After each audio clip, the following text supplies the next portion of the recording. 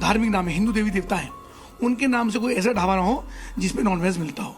और खास तौर से जो मुस्लिम समाज के लोग होते हैं वे इस प्रकार का दिग्भ्रमित करके ग्राहक को पटाने के लिए, ग्राहक को बुलाने के लिए इस प्रकार के नाम देते हैं। नाम श्री खाटू श्याम ढाबा, मालिक इरशाद जो खुद को सोनू कहना पसंद करते हैं।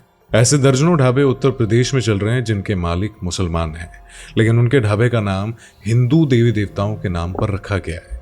लेकिन सोचने वाली बात यहाँ पर यह है कि उनके ढाबों का नाम हिंदू देवी देवताओं के नाम पर रखा गया है। अब आप कहेंगे कि इसमें बुराई क्या है, कि नाम चाहे जो भी हो। तो चलिए बुराई को थोड़ा डिटेल में समझाते हैं। बस वीडियो के आखिर तक ऐसे ही बने रहिएगा।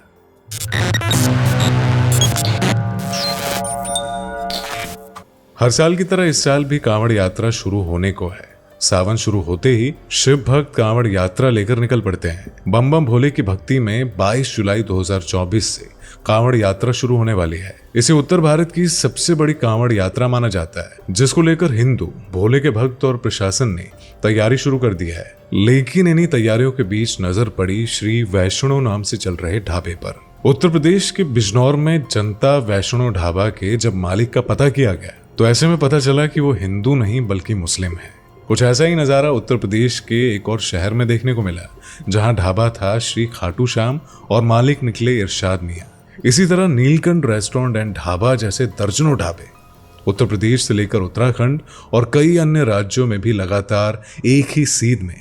अब जिनके नाम तो हिंदू देवी देवताओं के नाम पर रखे गए थे, लेकिन मालिक थे मुसलमान। अब अगर ऐसे में आप कहते हैं कि इसमें परेशानी क्या है, तो चलिए डिटेल में समझाते हैं। लेकिन उससे पहले वीडियो को लाइक, शेयर और चैनल को सब्सक्राइब करना मत भूलिएगा। कांवड़ यात्रा को उत्तर भारत की सबसे बड़ी यात्रा माना जाता है। कांवड़ यात्री करीब 200 से 250 किलोमीटर की यात्रा करते हैं और दिल्ली, मेरठ, सोनीपत, पानीपत सहित अन्य जगहों से वाहन से या ज्यादातर पैदल हरिद्वार के लिए रवाना होते हैं।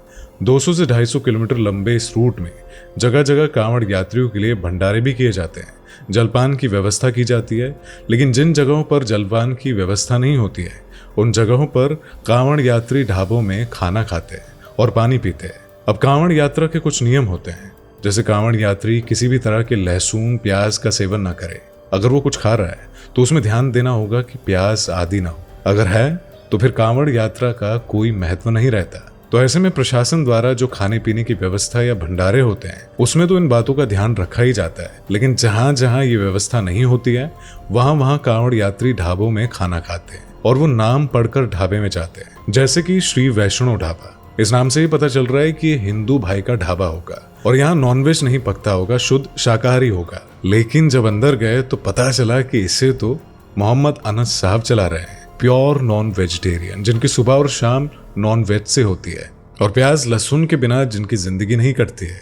तो ऐसा हो कैसे सकता है कि इनके ढाबे में एकदम शुद्ध शाकाहारी खाना मिले और यहाँ कभी नॉनवेज ना पकाया गया हो। अब आप खुद ही सोचिए कि कांवड़ यात्री सैकड़ों किलोमीटर की यात्रा पैदल तय करने के बाद अपने आराध्य के पास पूरे नियम फॉलो करते हुए जा रहा है, लेकिन एक फर्जी नाम के चलते उसकी तपस्या भंग हो जाए, तो क्या ये गलत नहीं है?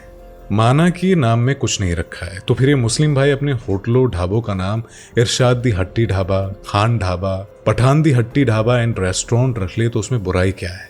क्यों नहीं रखते हो ऐसे नाम? और क्यों हिंदू देवी देवताओं का नाम रखकर वो लोगों को गुमराह करने की कोशिश कर रहे हैं? हमने केवल ये कहा है कि कुछ मुस्लिम बंधु हिंदू देवी देवताओं के नाम से अपने दुकानें चलाते हैं। वो दुकानें अपनी चलाएं, हमें कोई आपत्ति नहीं है, पर वो हिंदू देवी देवताओं के नाम से ना रखें, क्योंकि जो बाहर से आने वाले कावड़ी हैं वो उस पे आकर के बैठते हैं, चाय पीते हैं, भोजन करते हैं। सबसे बड़ी बात कि सावन के महीने जब कांवड़ यात्री कांवड़ यात्रा लेकर निकलते हैं तो उन्हें हिंदू देवी देवताओं के नाम के बड़े बड़े पोस्टर दिखाकर ही अपने ढाबों में खींचने की कोशिश की जाती है और अनजाने में कांवड़ यात्री उसे खा भी लेता है और ऐसे में उसकी भावनाओं को आहत पहुंचती है, जो कि जायज भी है। हालांकि हिंदू देवी देवताओं के नाम पर चल रहे ये ढाबे, रेस्टोरेंट इक्का दुक्का नहीं, बल्कि दिल्ली से लेकर Muzaffarpur Nagar, Dehradun Nainital highway, Gwalior highway, Delhi national highway सहित उत्तर प्रदेश से लेकर उत्तराखंड तक बड़े बड़े हाईवे पर इस तरह के ढाबे, रेस्टोरेंट चलाए जा रहे हैं और इनकी संख्या सैकड़ों में है। सिर्फ ढाबे नहीं, मिठाई आदि की दुकान भी मुस्लिम नाम बदलकर ही चलाए जा रहे हैं, जैसे चौधरी स्वीट जो यूपी के बरेली में धड़ल्ले से चलती है और नाम पढ़कर यही लगता है कि दुकान किसी हिंदू की है, लेकिन जब जांच पड़ताल की जाती है तो पता चलता है कि ये हिंदू के नहीं बल्कि मुस्लिम कारोबारी की है। बस फर्क इतना है कि नाम हिंदुओं से इंस्पायर होकर रखा है ताकि किसी को भी कुछ पता न चले। इस पूरे मामले में पिछले साल 2023 में मुजफ्फरपुर नगर के यशवीर महाराज ने प्रशासन से शिकायत भी की थी, जिसके बाद प्रशासन ने भी ढाबा, होटल, रेस्टोरेंट चलाने वाले मुस्लिम से बात कर उन्हें दुकान के बाहर सही नाम लिखने को कहा और साथ ही ये भी कहा कि जो भी नाम है उसके आगे अपना भी नाम लिखे, ताकि कांवड़ियों को पता चल सके कि ये ढाबा हिंदुओं का नहीं बल्कि मुस्लिम का है। इसके साथ ही मीट, मांस, मछली इन सभी से परहेज किया जाए। ढाबों में बिल्कुल भी नॉनवेज न बनाया जाए। कांवड़ियों को किसी भी तरह से लहसुन, प्याज और उस बर्तन में खाना बनाकर न दिया जाए जिसमें कि नॉनवेज कभी बनाया या परोसा गया हो। इसके साथ ही प्रशासन ने होटल के बाहर मालिक का नाम डालने के भी आदेश दिए थे। हालांकि आज इस बात को 1 साल हो चुका है, लेकिन हाल कहीं ना कहीं पिछली बार जैसा ही है। नाम जो कि आज भी जैसे के तैसे है। ज्यादातर होटलों, ढाबों के बाहर असली मालिक का नाम डाला ही नहीं गया है।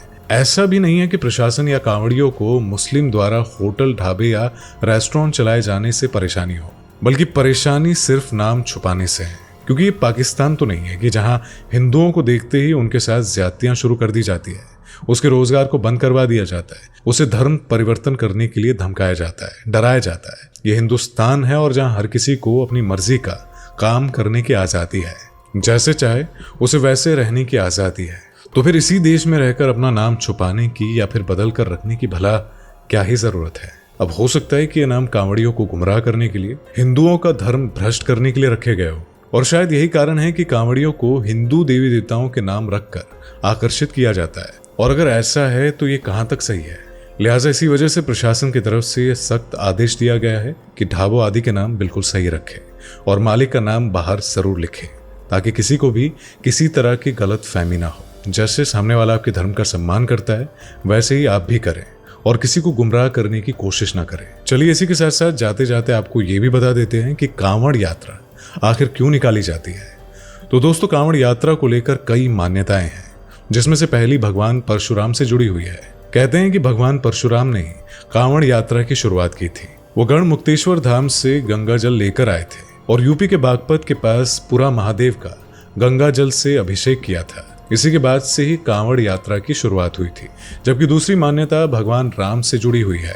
कहते हैं कि भगवान राम ने बिहार के सुल्तानगंज से गंगा जल भरकर देवघर स्थित बैजनाथ ज्योतिर्लिंग का अभिषेक किया था और उस समय सावन का मास ही चल रहा था। अगली मान्यता ये कहती है कि समुद्र मंथन के दौरान जब महादेव ने हलाहल विष का पान कर लिया था, तब जहर के प्रभाव को दूर करने के लिए भगवान शिव पर पवित्र नदियों का जल चढ़ाया गया था, ताकि इसकी वजह से विष का प्रभाव जल्द से जल्द कम हो जाए। सभी देवताओं ने मिलकर गंगा जल से जल लेकर भगवान शिव पर चढ़ाया और वो महीना भी सावन का ही था। कहते हैं कि इसके बाद से ही कांवड़ यात्रा की शुरुआत हुई थी। इस यात्रा में कांवड़िए हरिद्वार से गंगा जल कांवड़ में भरकर चलते हैं और कांवड़ को पूरी यात्रा के दौरान जमीन पर रखना मना होता है, और अगर कहीं रुकते हैं तो उसे ऐसी जगह रखना होता है जहां की कांवड़ जमीन को टच ना करे। कई सारे नियमों का पालन करते हुए हर साल हजारों की संख्या में कांवड़ यात्री बम बम भोले के जयकारे लगाते हुए कांवड़ यात्रा को पूरा करते हैं। वैसे दोस्तों, मुस्लिम के हिंदू देवी देवताओं के नाम पर चल रहे इन ढाबों के बारे में आपकी क्या राय है? कमेंट करके इसके बारे में हमें जरूर बताइएगा। वीडियो पसंद आई हो तो वीडियो को लाइक करें, शेयर करें और चैनल पर नए हैं तो चैनल को सब्सक्राइब करना मत भूलिएगा। इसी के साथ बेल आइकन को प्रेस करना भी मत भूलिएगा। दोस्तों, आपको स्क्रीन पर 2 और वीडियोस दिखाई दे रही हैं, जिसे देखने के लिए स्क्रीन पर क्लिक करें।